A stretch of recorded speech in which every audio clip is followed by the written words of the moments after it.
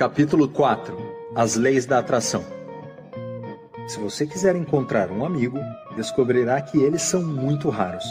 Se você for um amigo, você os encontrará em toda parte. Zig Ziglar. Neste capítulo, darei mais alguns instrumentos para sua caixa de ferramentas da amizade. As leis da atração.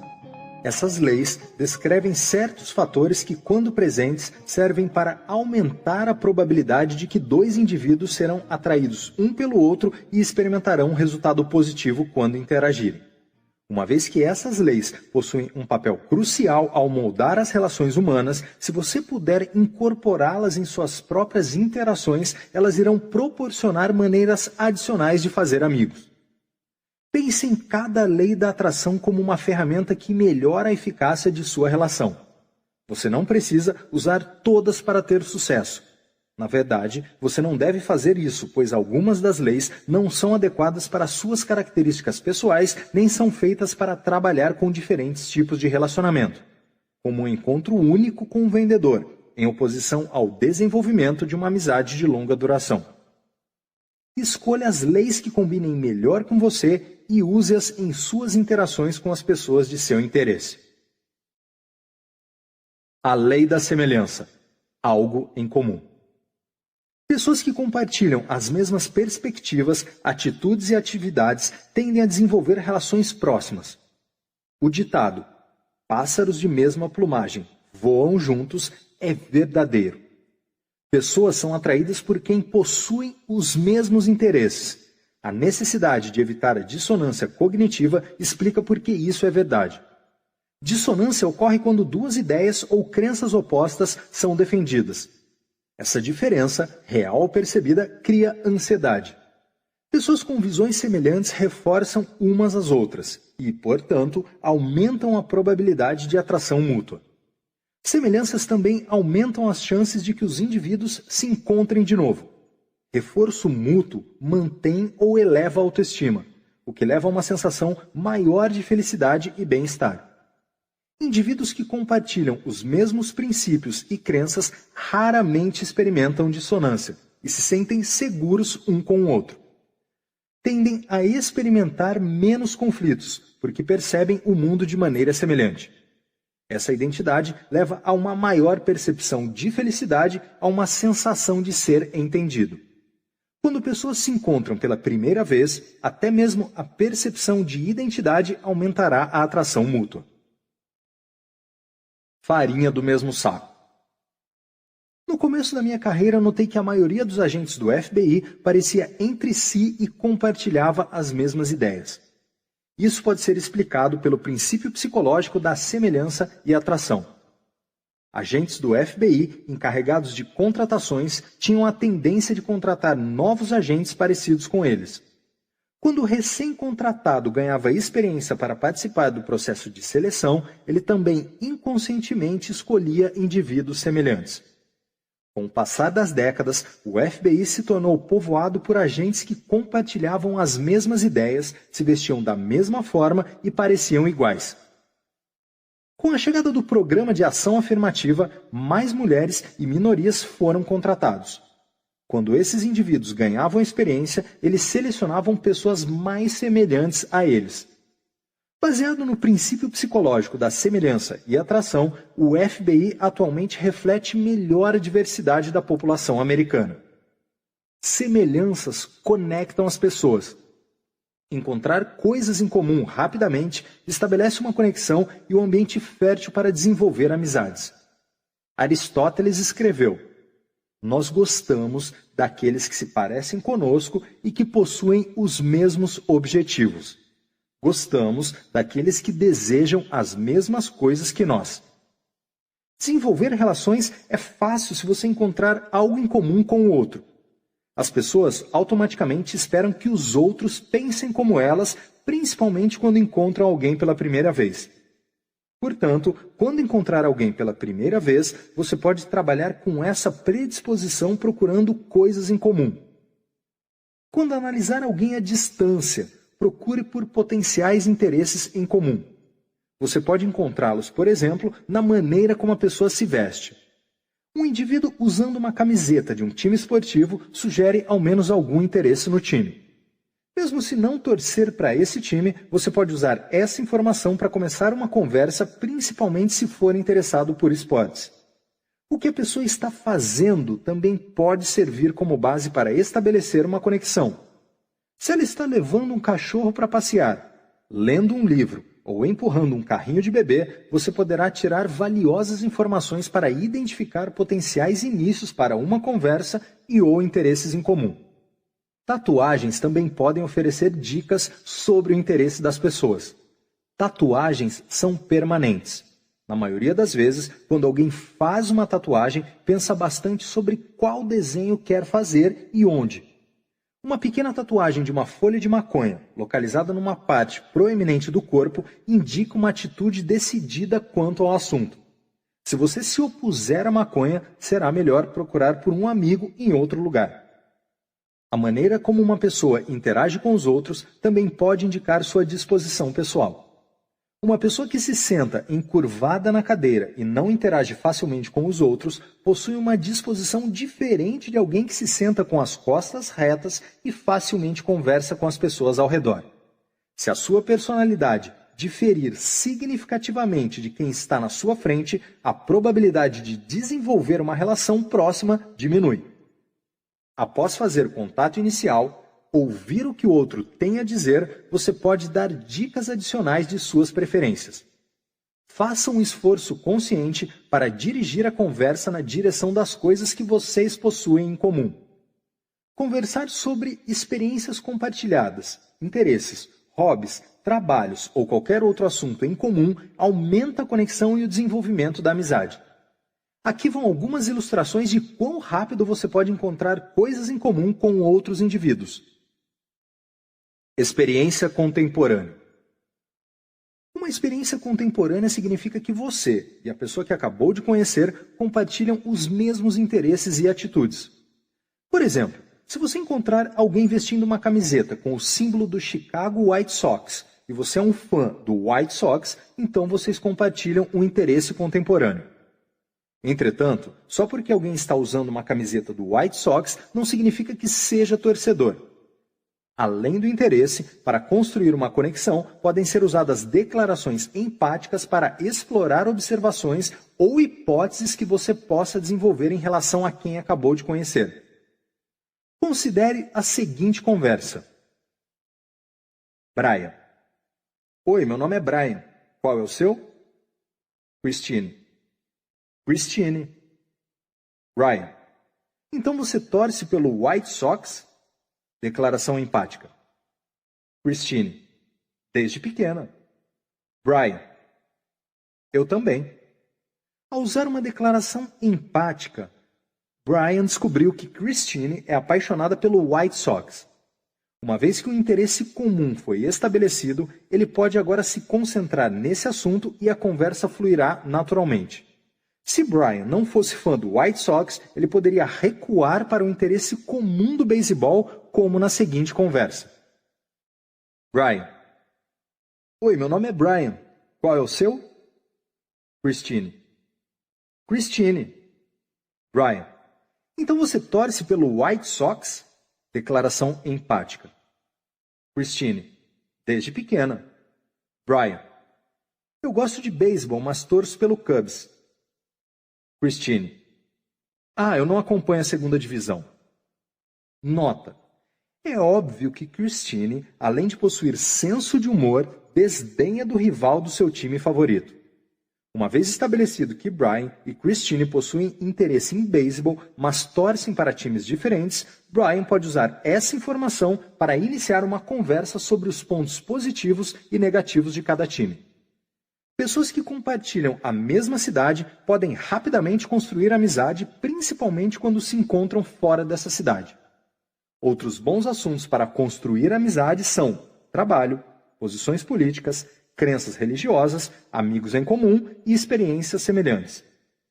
Se você tiver dificuldade em encontrar experiências contemporâneas, converse sobre música. Como mencionado antes, uma coisa que a maioria das pessoas possui em comum é a música. A música é um assunto neutro sobre o qual a maioria das pessoas tem disposição para conversar, mesmo se tiverem preferências diferentes. Experiências temporais.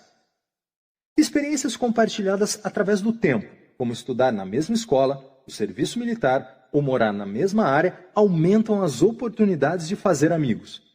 Vocês podem não ter vivido as experiências no mesmo tempo, mas podem usar o período para encontrar algo em comum. Experiências vicárias. Uma experiência vicária ocorre quando você experimenta uma atividade através de outra pessoa. É possível usar experiências vicárias para estabelecer uma base em comum com o ouvinte, mesmo quando, na verdade, você não conheça muito sobre o assunto tratado. Essa abordagem é particularmente eficaz porque permite a seu alvo falar sobre si mesmo e sobre algo pelo que provavelmente se interessa. Isso faz sentir-se bem consigo mesmo, e por isso você é percebido positivamente. A regra de ouro da amizade em ação. Essa é a técnica favorita dos vendedores, pois podem encontrar uma base em comum com o cliente mesmo quando não sabem muito sobre o que ele está falando. Aqui vai um exemplo. Vendedor de carros. Qual é o seu trabalho? Cliente. Sou padeiro. Vendedor de carros. Ah, é mesmo? Meu pai também era padeiro. O vendedor não precisa saber nada sobre a profissão do padeiro porque seu pai era padeiro.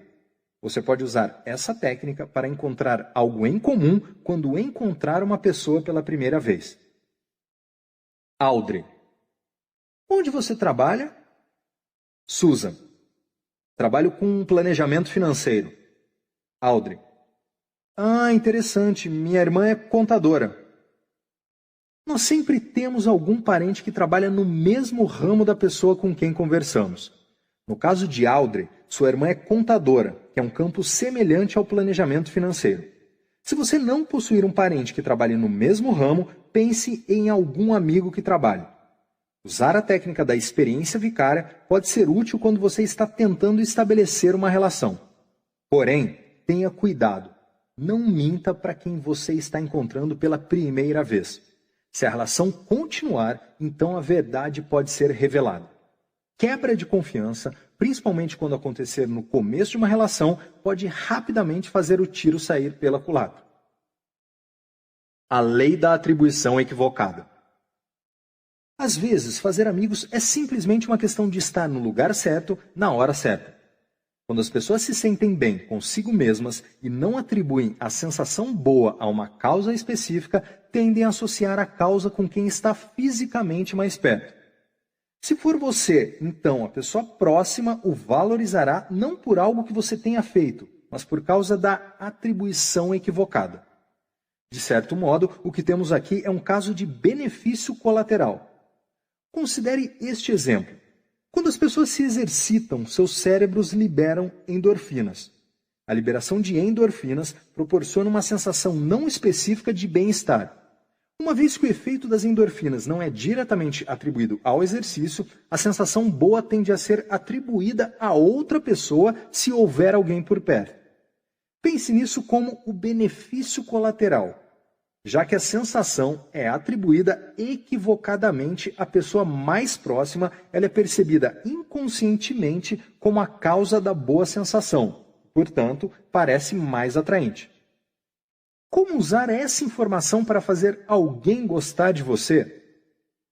Na verdade, é possível tirar vantagem desse fenômeno de várias maneiras. Se estiver em forma, você pode arranjar um encontro envolvendo uma atividade física, inscrever-se em uma academia ou participar de esportes. Caminhadas ou corridas proporcionam uma ótima oportunidade para esse fenômeno acontecer. Usando a atribuição equivocada para conseguir um encontro. Exercite suas opções. Vamos supor que você deseja convidar alguém para sair e quer aumentar suas chances de receber uma resposta positiva. Usar a lei da atribuição equivocada pode ser a chave. Se você souber que a pessoa com quem quer sair caminha ou se exercita regularmente, finja esbarrar nela durante ou logo após a atividade. Esse encontro não precisa incluir uma troca verbal. Simplesmente compartilhar o mesmo local pode induzir a atribuição equivocada e o tornar mais atraente. Se tanto você quanto seu alvo se exercitam regularmente, tente fazer seus horários coincidirem. Ficar por perto durante o exercício já irá produzir o benefício colateral. Se o seu alvo é alguém do trabalho, fique perto de sua mesa quando ela voltar da atividade física. Do mesmo modo, se souber que seu alvo frequenta uma cafeteria todos os dias após o exercício, certifique-se de estar presente no horário em que ele chegar. O que você está tentando fazer é tirar vantagem do princípio da atribuição equivocada e aumentar seu grau de atração aos olhos da pessoa, associando-se com a boa sensação causada pela liberação de endorfina do exercício. Para conquistar esse objetivo, você precisa estar próximo durante ou logo após a endorfina ser liberada. Surpreendentemente, a atribuição equivocada também ocorre quando as pessoas experimentam eventos assustadores e experiências traumáticas. Elas sentem proximidade com aqueles que compartilham as mesmas experiências traumáticas. Soldados que sobrevivem a batalhas cruéis formam profundas conexões com seus camaradas. Policiais desenvolvem relações próximas com seus parceiros depois de compartilhar experiências problemáticas. Na época em que era permitido ou tolerado o trote universitário, criava-se amizades de longo prazo entre os estudantes que sobreviviam à provação. Um filme de terror pode evocar a mesma resposta. Se você levar alguém a um filme de terror, a experiência compartilhada dispara a atribuição equivocada, que, por sua vez, aumenta a atração entre os espectadores.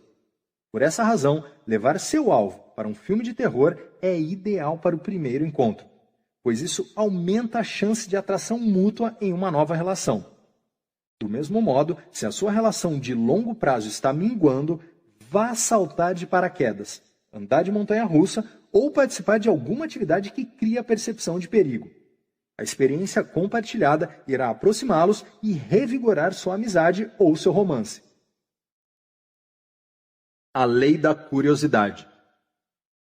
A curiosidade pode ser usada como uma isca para aumentar a intensidade, fórmula da amizade, e despertar o interesse da pessoa em você. É uma maneira eficaz para se fazer amigos. Todas as criaturas capazes de mais do que mera resposta mecânica a um estímulo possuem curiosidade. É um imperativo biológico, impulsionado pela necessidade de autopreservação, reprodução e cobiça. Nós humanos queremos saber tudo. Quem somos, quem são os outros, de onde viemos, o que existe do outro lado da montanha e forma, tamanho, composição, longevidade e distância de tudo, desde partículas até o universo.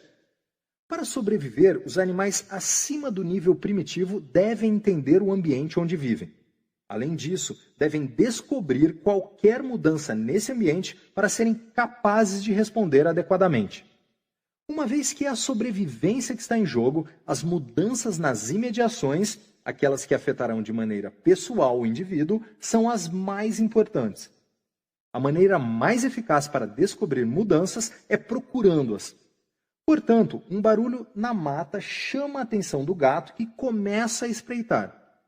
O barulho pode ser uma presa, pode ser um predador ou pode ser a irrigação automática do jardim. Essa curiosidade pode levar a uma refeição, uma escapada precisa ou um banho.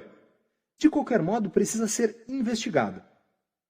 Quando você se comporta de um jeito que produz curiosidade em outra pessoa, isso aumenta significativamente as chances de que ela queira interagir com você numa tentativa de satisfazer essa curiosidade. Portanto, uma isca de curiosidade se torna uma ferramenta eficaz para conhecer alguém de interesse e desenvolver uma amizade. Usei a lei da curiosidade regularmente como agente do FBI para melhorar minha eficácia ao recrutar estrangeiros. Em um certo ponto durante minha carreira, um norte-coreano se mudou para minha jurisdição. Havia razões para suspeitar que ele fosse agente de seu governo. Eu fui destacado para tentar transformá-lo num agente duplo. Eu sabia que se simplesmente entrasse na loja onde ele trabalhava e dissesse: "Sou Jack Schaffer do FBI, podemos conversar?" O cara provavelmente entraria em pânico e sairia correndo. Então decidi usar uma isca de curiosidade para fisgá-lo. Primeiro, entrei em sua loja quando sabia que ele não estaria e deixei um recado dizendo: "É uma pena que não o encontrei." E assinei: Jack Schaffer. Fiz isso em 3 ocasiões diferentes. Na terceira visita, acrescentei meu número de telefone. Essas mensagens foram criadas para despertar a curiosidade do norte-coreano. Quem é esse Jack Schaffer e por que ele quer me contatar? Era isso que eu queria que ele se perguntasse, esperando que cada novo recado aumentasse sua curiosidade. E funcionou.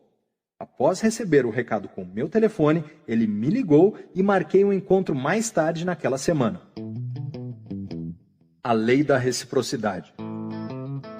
As normas sociais ditam que se alguém lhe dá algo ou faz um favor para você, pequeno ou grande, então você fica predisposto a retribuir o gesto na mesma medida ou no gesto ainda maior.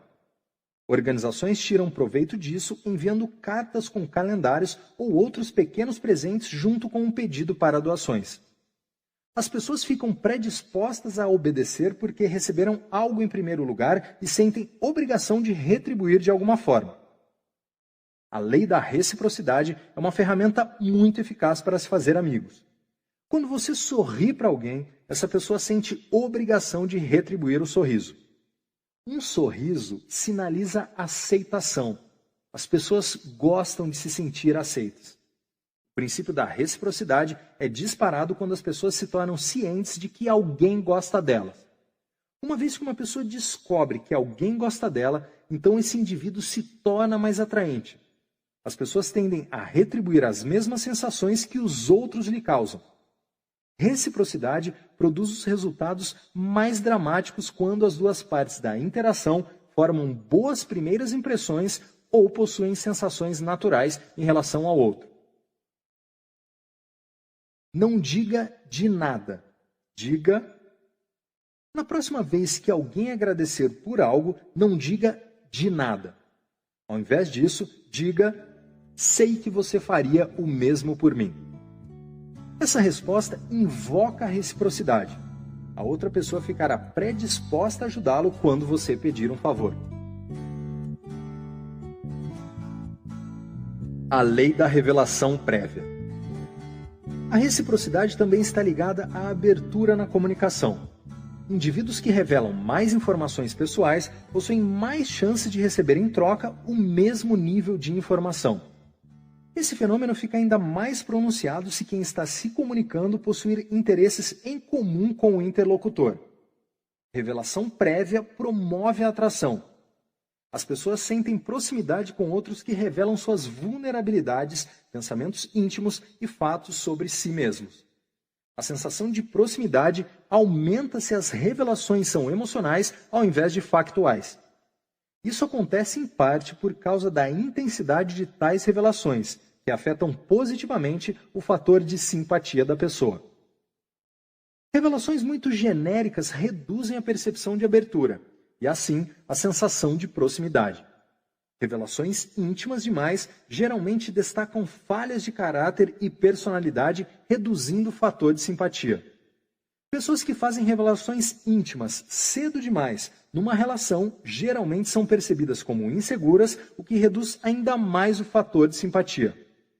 Portanto, se você for encontrar alguém com quem gostaria de ter uma relação de longo prazo, você deve ter cuidado sobre suas revelações mais íntimas nos primeiros estágios da relação. A revelação prévia é um processo de 2 etapas. Primeiro, é preciso fazer uma revelação que não seja nem muito genérica, nem muito íntima. Segundo, a revelação deve ser recebida com empatia, bondade e respeito. Uma resposta negativa pode terminar uma relação instantaneamente. Revelações prévias geralmente são recíprocas. Quando alguém faz uma revelação prévia, o ouvinte fica mais disposto a retribuir com algo semelhante. A troca de informações pessoais cria uma sensação de intimidade.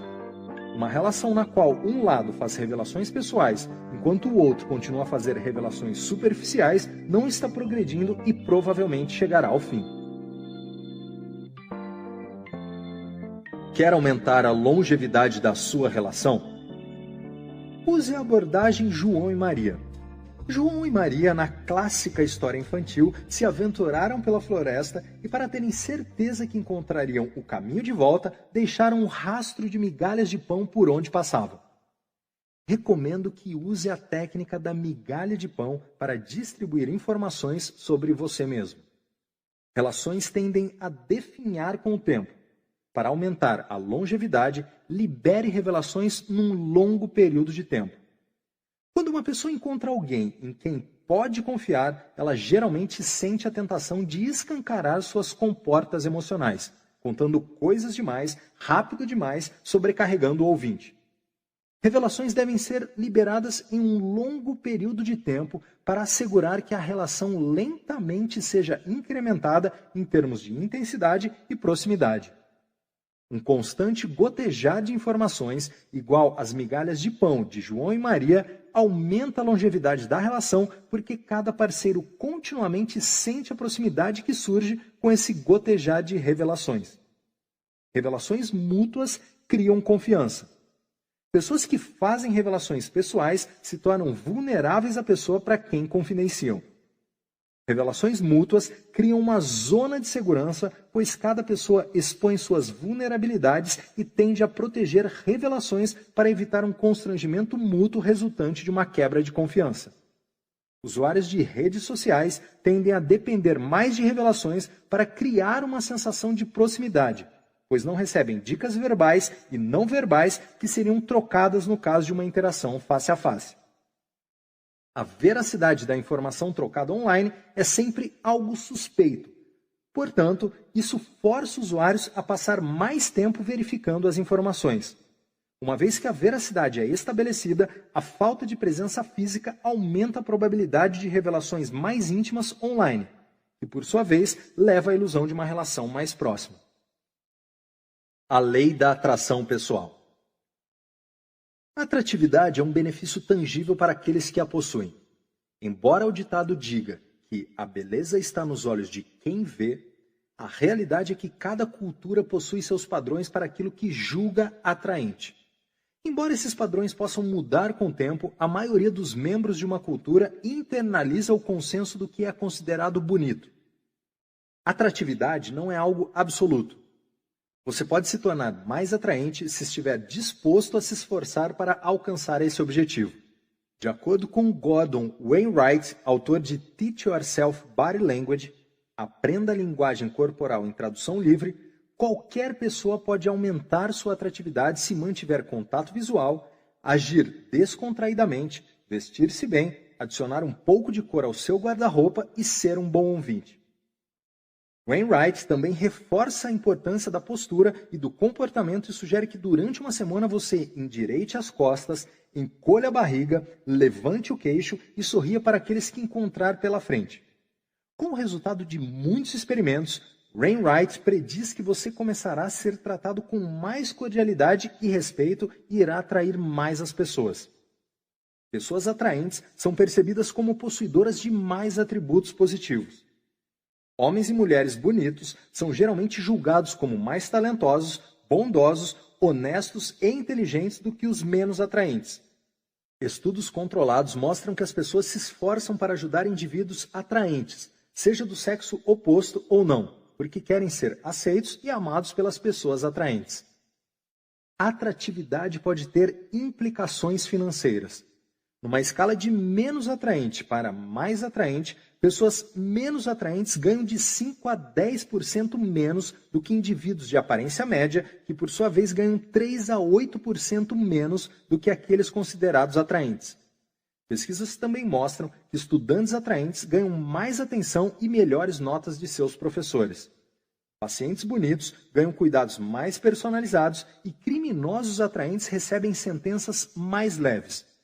Só é preciso dar uma olhada em Hollywood para perceber o impacto que as estrelas de cinema atraentes possuem em nosso sistema de justiça. A lei do humor. Indivíduos que usam humor em encontros sociais são percebidos como mais simpáticos. Além disso, tanto a confiança quanto a atração aumentam quando uma abordagem descontraída é usada durante interações face a face. O uso criterioso do humor pode reduzir a ansiedade e estabelecer um clima relaxado que ajuda a relação a se desenvolver mais rapidamente. Uma piada mais ousada pode ajudar a aumentar o nível de intimidade numa paquera. É claro, assim como qualquer comunicação verbal, o emissor deve ter certeza de que as palavras, ou neste caso o humor usado, são apropriadas e não serão consideradas ofensivas pelo ouvinte. O benefício colateral de usar humor é que a risada libera endorfinas, fazendo a pessoa se sentir bem e, de acordo com a regra de ouro da amizade, se você fizer as pessoas se sentirem bem, elas gostarão de você. Uma mulher que gosta de um homem em particular irá rir de suas piadas, independentemente de serem boas ou não, com mais frequência do que as piadas de alguém por quem ela não tem interesse romântico. Esse fenômeno reforça ainda mais a regra de ouro da amizade. A lei da familiaridade. Quanto mais encontramos e interagimos com as pessoas, mais provável de nos tornarmos amigos. O cientista comportamental Leon Festinger e 2 colegas estudaram as relações num pequeno prédio de 2 andares. Eles descobriram que os vizinhos próximos tinham mais chances de serem amigos. Os moradores com menos chances de serem amigos eram aqueles que viviam em andares separados. Os moradores que residiam perto das escadas e das caixas de correio possuíam amigos nos 2 andares. A lei da familiaridade indica a importância da proximidade, um componente da fórmula da amizade nas relações. Pessoas que compartilham o mesmo espaço físico possuem mais probabilidade de sentir atração uns pelos outros. A proximidade predispõe uma pessoa a gostar de outra, mesmo antes de serem formalmente apresentados. Um mapa de lugares numa sala de aula pode ser uma boa maneira de prever as relações dos alunos. Em minha classe, observei que os estudantes que se sentavam perto um do outro possuíam mais chances de se tornar amigos em oposição àqueles que se sentavam do lado oposto da classe. Igualmente, em cenários profissionais, romances e amizades podem ser previstos baseados em quem se senta perto de quem. O velho ditado, o que os olhos não veem, o coração não sente, não tem realmente um fundo de verdade.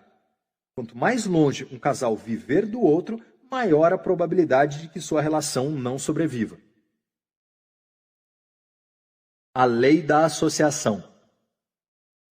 Quando as pessoas se associam em grandes grupos, os indivíduos fora desse grupo tendem a avaliar os membros baseados na impressão geral do grupo como um todo. Portanto, quando o indivíduo menos atraente quer ser visto como mais atraente, ele deve se associar a um grupo de pessoas atraentes. Do mesmo modo, uma pessoa atraente pode ser vista como menos atraente se estiver na companhia de pessoas não atraentes. Pelo visto, a vida adulta não é muito diferente do colégio.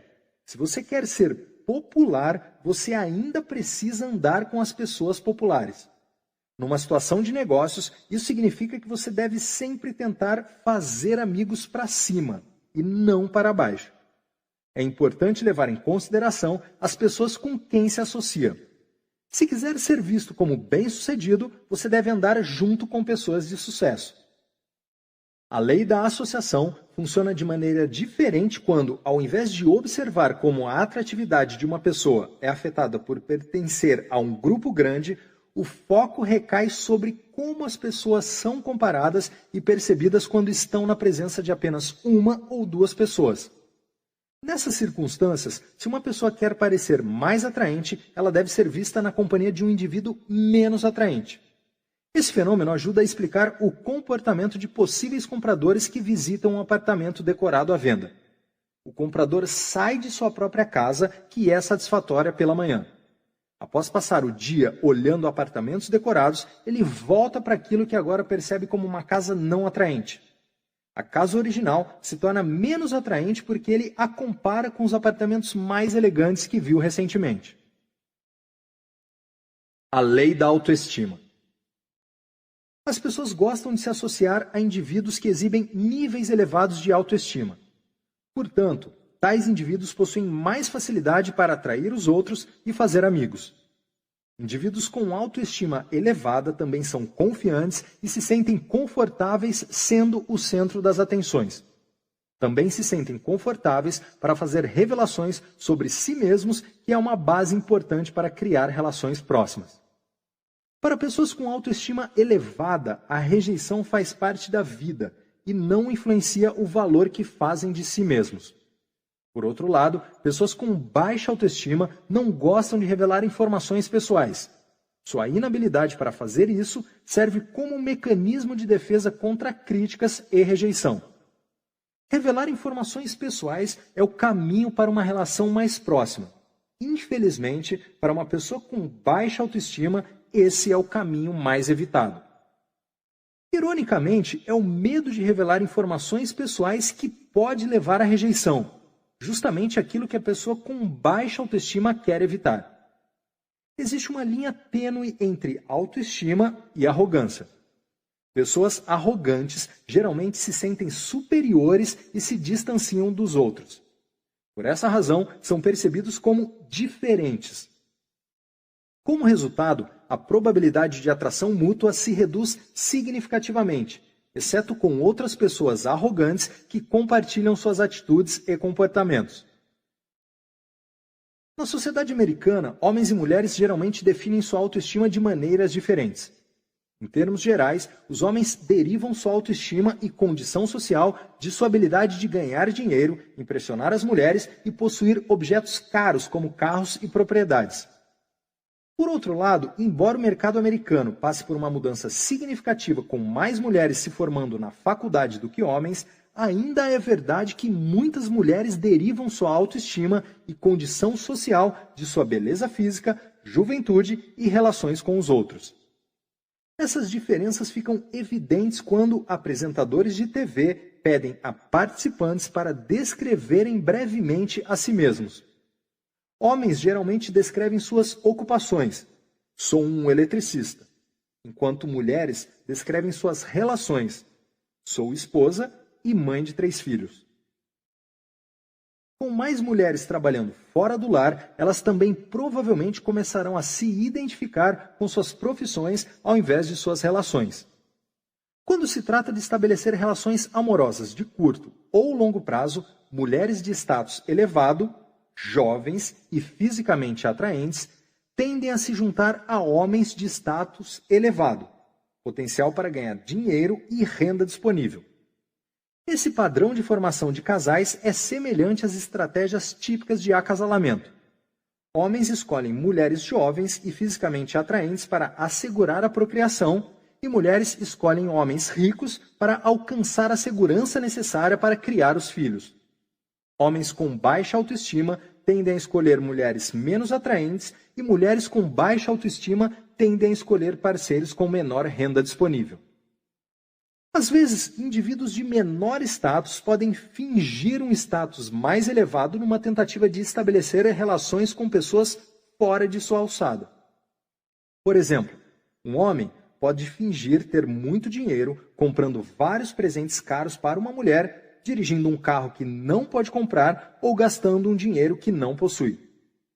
Essa estratégia, embora eficaz no curto prazo, geralmente termina catastroficamente com o passar do tempo, quando o real valor do indivíduo aparece. Não conte com isso.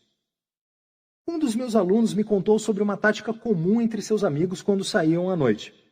No caminho do bar, eles paravam num caixa eletrônico de algum grande banco e vasculhavam os comprovantes até encontrarem alguns com saldo particularmente grande. Então, guardavam esses comprovantes no bolso para usarem mais tarde. Depois, se algum deles encontrasse uma garota acima de seu nível financeiro, ele casualmente escrevia seu número de telefone no comprovante, criando a ilusão de que era um homem rico. A lei da disponibilidade. Escassez. As pessoas são atraídas por indivíduos e coisas que elas não conseguem obter imediatamente. No caso de coisas, a atração se dá quando o objeto cobiçado está fora de alcance. Quando o objeto de desejo finalmente é conquistado, essa atração diminui rapidamente. Presentes de Natal nos dão um bom exemplo desse fenômeno.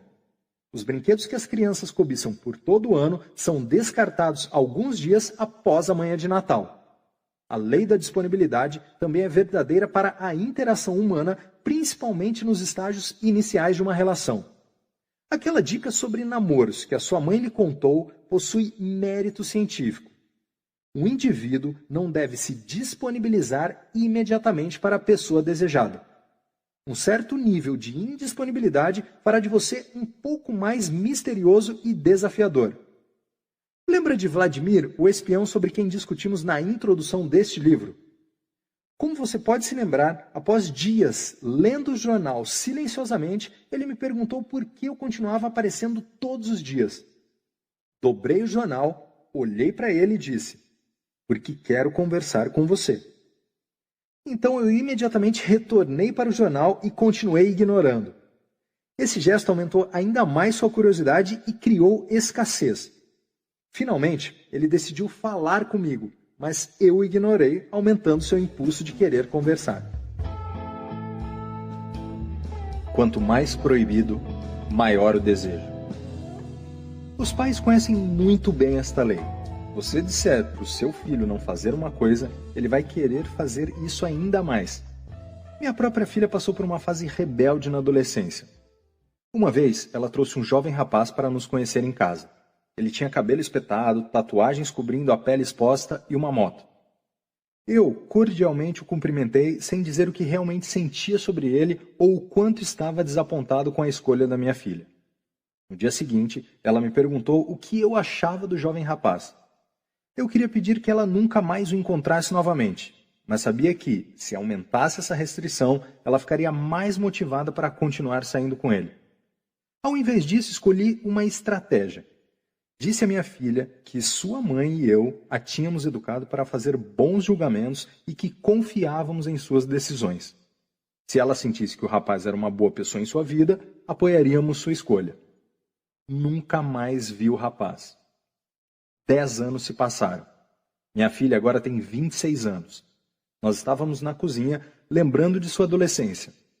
Para minha surpresa, ela mencionou aquele rapaz. Admitiu que o levou para casa para irritar sua mãe e a mim por alguma intransigência nossa que ela já não lembrava qual era. Também admitiu que, quando eu disse que confiava em seu julgamento, sua consciência pesou. Sabia que o rapaz não era certo para ela e estava errado em levá-lo para casa apenas para nos irritar. Comentou sobre a ironia de querer nos deixar bravos quando, no fim, foi ela quem sentiu culpa. Demorou 10 anos para eu descobrir que minha estratégia havia funcionado. Fiquei aliviado ao saber que sim. A lei da estrada esburacada. Quando duas pessoas se encontram e não gostam imediatamente uma da outra, principalmente num contexto romântico, mas depois formam uma conexão, elas constroem uma relação mais próxima do que se tivessem se dado bem num primeiro momento. Esse fenômeno é destacado frequentemente em comédias românticas. No cenário mais comum, um homem conhece uma mulher. O homem não gosta da mulher e vice-versa. Antes de o filme acabar, eles se tornam romanticamente envolvidos. Uma estrada romântica esburacada leva a uma relação mais intensa. Uma nova estratégia para amaciar o chefe. Endurecer com o chefe. Lembro-me de uma vez em que fui designado para uma nova supervisora. Ao invés de recebê-la de braços abertos, como fizeram os outros membros da minha equipe, permaneci distante de propósito e exibi uma linguagem corporal neutra e levemente negativa. Gradualmente, com cada conversa que tínhamos, comecei a exibir dicas não verbais mais positivas. Completei a virada alguns meses mais tarde, dizendo a ela que a considerava uma boa supervisora e respeitava suas fortes habilidades de gestora. Daquele dia em diante, formamos uma relação mais próxima do que se eu tivesse aceitado sua presença imediatamente. Essa relação próxima me deu uma distinta vantagem quando eu pedia recursos para as investigações, tempo de descanso e outros favores.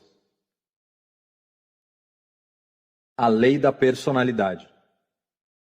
Existem literalmente centenas de tipos ou características identificadas na literatura científica e popular. Elas se referem a padrões consistentes de comportamento exibidos por um indivíduo em seu dia a dia. Quando alguém diz, aquele indivíduo simplesmente não é do meu tipo, essa pessoa pode estar comentando sobre a aparência física ou as crenças, por exemplo, religiosas ou políticas. Entretanto, em muitos casos, ela se refere à personalidade do indivíduo que não é congruente com a sua própria. Dois tipos universais de personalidade, extroversão e introversão, são de particular interesse quando se trata de interação pessoal e o desenvolvimento de relações de curta ou longa duração. Extrovertidos, quando comparados com introvertidos, parecem mais atraentes porque são vistos como confiantes e gregários. Antes de entrar em qualquer tipo de relação, é útil saber se a pessoa que você quer conhecer tende à extroversão ou introversão, pois isso lhe dará uma ideia do tipo de comportamento que pode esperar. Se você for um extrovertido e a pessoa que deseja conhecer for introvertida, espere encontrar diferenças inerentes na maneira como vocês percebem o mundo. Extrovertidos tiram energia no contato com os outros e buscam estímulo no ambiente ao redor. Geralmente falam espontaneamente sem pensar. Eles não hesitam em usar o método da tentativa e erro para atingir um objetivo. Por outro lado, os introvertidos gastam energia quando interagem socialmente e buscam um tempo sozinhos para recarregar as baterias. Buscam estímulo em seu interior e raramente falam sem pensar. Também pesam cuidadosamente suas opções antes de tomar alguma decisão. Os extrovertidos mantêm uma grande variedade de relações. Entretanto, essas relações tendem a ser relativamente superficiais. Introvertidos, por outro lado, têm poucas relações, mas que possuem mais profundidade. Introvertidos que namoram extrovertidos buscam uma relação mais próxima com a qual os extrovertidos estão menos dispostos a se comprometer. Essa inabilidade de alcançar um nível mutuamente satisfatório de comprometimento destaca as diferenças, o que, em última instância, reduz a atração entre ambos. Extrovertidos usam o fluxo de consciência para se comunicar. O que pensam, eles falam. Essa espontaneidade geralmente cria problemas, principalmente com introvertidos que pensam antes de falar e se constrangem mais facilmente quando extrovertidos soltam algum comentário sobre algo pessoal. Se você for um introvertido que está pensando em se envolver com um extrovertido, prepare-se para surpresas quando se trata de suas palavras. Geralmente, introvertidos e extrovertidos se comportam diferentemente em situações sociais. Extrovertidos tendem a ser mais abertos quando não conhecem muitas pessoas. Introvertidos tendem a se sentir desconfortáveis em grandes grupos de pessoas desconhecidas. Entretanto, quando estão na companhia de amigos ou se sentem confortáveis com o ambiente ao redor, eles também podem se abrir do mesmo modo que os extrovertidos, ao menos por um tempo. Um método para determinar se uma pessoa é extrovertida é começar uma frase e deliberadamente parar por alguns segundos. Extrovertidos geralmente completam a frase para você, diferentemente dos introvertidos. O mesmo método pode ser usado para determinar se você estabeleceu uma conexão com o introvertido. Quando introvertidos se sentem confortáveis com as pessoas, eles geralmente completam as frases da mesma maneira que os extrovertidos. A diferença no uso desse método é que você pode identificar os extrovertidos mesmo se não souber qual o perfil da pessoa com quem está falando. Para testar a conexão com o introvertido, você precisa primeiro determinar esse perfil em seu ouvinte. Lembro-me de um caso que passei meses investigando. Informações pessoais e biográficas foram coletadas com muita dificuldade para determinar que tipo de personalidade o suspeito possuía. Baseado nessas informações, criei uma estratégia de investigação que se encaixava em sua personalidade. A chave para o sucesso da operação era a nossa secretária. Sua tarefa era fazer um telefonema para o suspeito, o que iniciaria a operação. Ensaiei com ela até que se sentisse confortável com o seu papel. Ela telefonou, mas o suspeito não mordeu a isca imediatamente. Eu disse a ela para conversar casualmente para tranquilizá-lo. A conversa se tornou muito casual e o suspeito relaxou, mas, infelizmente, a secretária também. O suspeito perguntou onde ela trabalhava. Ela respondeu rapidamente: "Trabalho no FBI." Então, a operação secreta acabou. No verdadeiro estilo de um extrovertido, a secretária falou sem pensar. Personalidade e compras. Se você é um vendedor, considere se seu cliente é extrovertido ou introvertido antes de oferecer algo. Lembre-se de dar tempo aos introvertidos para pensarem. Eles internalizam a informação, a remoem por dentro e só então chegam a uma decisão. Pressionar um introvertido a uma decisão rápida pode forçá-lo a dizer não, pois ele não se sente confortável tomando decisões imediatas. Por outro lado, você pode pressionar até certo ponto um extrovertido para comprar seu produto agora mesmo, pois eles se sentem mais confortáveis tomando decisões impulsivas. Raramente as pessoas exibem características puramente extrovertidas ou introvertidas. Traços de personalidade se dividem num espectro. Algumas pessoas exibem níveis quase iguais de extroversão e introversão, entretanto, a maioria das pessoas possui uma tendência para um ou outro lado e se comportam de acordo com essa característica. Introvertidos podem agir como extrovertidos quando necessário. Se, por exemplo, um introvertido tem um emprego onde é preciso conversar com muitas pessoas, ele pode fazer isso, embora precise gastar mais energia do que o normal. Além disso, quando sai do trabalho, ele volta a se comportar como introvertido. Esses estilos de vida contrastantes raramente entram em conflito porque o mundo do trabalho de um indivíduo e sua vida pessoal normalmente não se sobrepõem. O mesmo pode ser dito quando se trata de relações pessoais. Se um introvertido age como extrovertido quando encontra alguém pela primeira vez, essa pessoa geralmente ficará surpresa quando ele voltar a seu comportamento normal. Revelar sua verdadeira identidade quando conhecer alguém é muito melhor do que fingir ser algo que não é, se você quiser desenvolver uma relação forte e sadia. A lei dos elogios. As pessoas gostam de receber elogios. Elas se sentem bem consigo mesmas e, de acordo com a regra de ouro da amizade, se sentirão bem em relação a você. O resultado? Maior chance de fazer um amigo ou reforçar uma amizade existente. Elogios, para serem eficazes, devem ser sinceros e merecidos. Elogiar alguém quando você não acredita de verdade naquilo que está dizendo, ou quando o ouvinte não merece, é algo que pode danificar uma boa relação. Steve Goodyear comenta: elogios sinceros não custam nada e podem conquistar muito. Em qualquer relação, eles são o aplauso que refresca o ambiente. Use elogios quando tiver a oportunidade. Eles funcionam e são uma ferramenta eficaz para se construir uma amizade.